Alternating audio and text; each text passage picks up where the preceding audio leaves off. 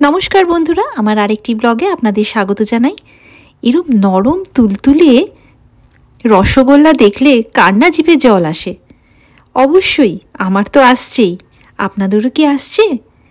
কোনো ব্যাপার না, এরম নরম তুলতুলে সফট রসগোল্লা আপনি বাড়িতেই বানিয়ে নিতে পারবেন ভীষণ সহজ পদ্ধতিতে। ডাবল টোন্ড মিল্কে আজ আমি আপনাদের দেখাবো কিছু টিপস অ্যান্ড ট্রিক্স দিয়ে কি করে এরকম সুন্দর স্পঞ্জি নরম তুলতুলে রসগোল্লা বানানো যায়। এত টেস্টি, দেখতে পাচ্ছেন টেক্সচারটা কতটা সুন্দর হয়েছে, একদম ভাঙবে না রসে দেওয়ার পরে। ঠিক আমি যে প্রসেসটা ফলো করছি সেইভাবে আপনারাও যদি বানান তাহলে আপনাদের রসগোল্লাও সুপার হিট হয়ে যাবে ফার্স্ট অ্যাটেম্পটেই। তাহলে চলুন আর দেরি না করে শুরু করা যাক কি পদ্ধতিতে আমি রসগোল্লাটা বানিয়েছি। এখানে আপনারা যে ছানাটা দেখছেন এটা আমি বাড়িতেই বানিয়েছি। হ্যাঁ, বাড়িতে বানানো ছানা অনেক অনেক ভালো হয় দোকানের থেকে।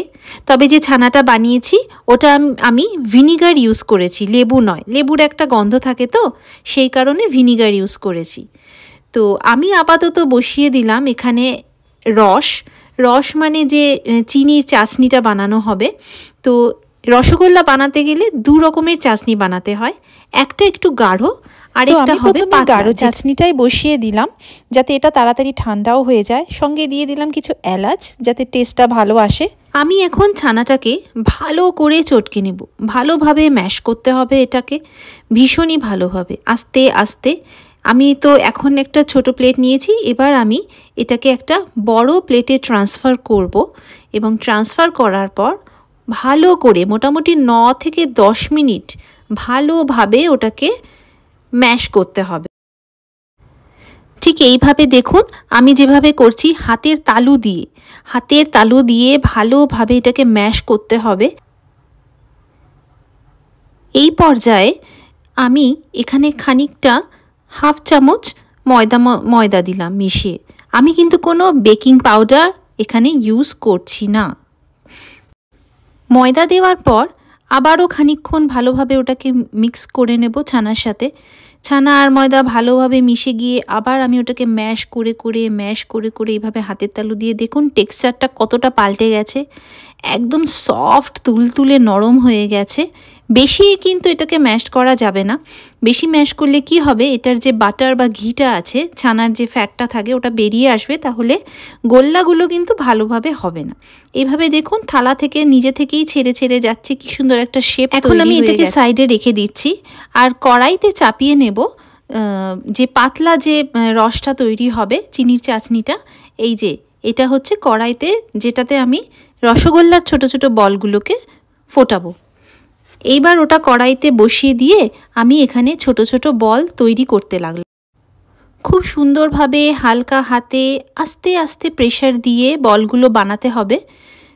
বেশি জোরে করলে কিন্তু ভেঙে যাবে, কিন্তু মাখাটা যদি ভালো হয়ে থাকে না তাহলে বল করতে খুব একটা অসুবিধে বা দেরি হয় না। আস্তে আস্তে দেখুন বলগুলো কি সুন্দর তৈরি হয়েছে, একদম ভেঙে যায়নি, চারপাশটা যেন একদম ক্র্যাকড বা ভেঙে না যায়। তো আমি সব বলগুলো, একটা জিনিস খেয়াল রাখবেন, রসগোল্লাগুলো আপনি যে সাইজের বানাতে চান তার হাফ সাইজ ছোট, অর্ধেক সাইজ ছোট কিন্তু আপনাকে বলগুলো বানাতে হবে, কারণ কড়াইতে দিলে এগুলো ডাবল সাইজের হয়ে যাবে। রসের মধ্যে আমি কয়েকটা এলাচ আগে থেকেই দিয়ে দিয়েছি যাতে একটা সুন্দর ফ্লেভার আসে রসগোল্লার। এই রসটার মধ্যে আমি 1 লিটার জল আর 1 কাপ চিনি দিয়েছি। তো এইভাবে আস্তে আস্তে বলগুলো সব আমি দিয়ে দেব, একবারে একসাথে দেব না, আবার আলাদা আলাদা দেরি করেও দেব না, সাথে সাথেই দিয়ে দেব। আর একদম বলগুলোকে নাড়াবেন না, হাই ফ্লেমে পুরো আধ ঘন্টা ধরে ফোটাতে হবে। আর ঢাকা দিলে কি হবে, বলের ওপরের যে অংশগুলো খুব ভালোভাবে ফুটে যাবে। আচ্ছা, আমি এখানে নিয়ে নিচ্ছি একটুখানি ময়দা গুলিয়ে একটা জল, সেই জলটা আমি দিয়ে দেব রসগোল্লার এই ফোটানো রসে।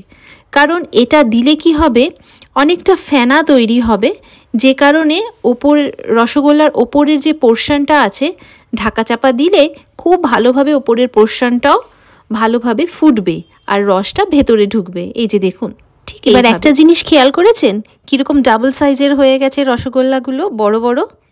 রসগোল্লাগুলোকে মাঝে মাঝে একটা ছোট্ট সরু চামচের সঙ্গে নাড়াতে পারেন, মানে রসগোল্লা নাড়াবেন না, এই যে রসটা আছে ওটার মধ্যেই হালকা হালকাভাবে হাত নাড়ালে ওগুলো নিজে থেকেই নড়ে চড়ে যাবে।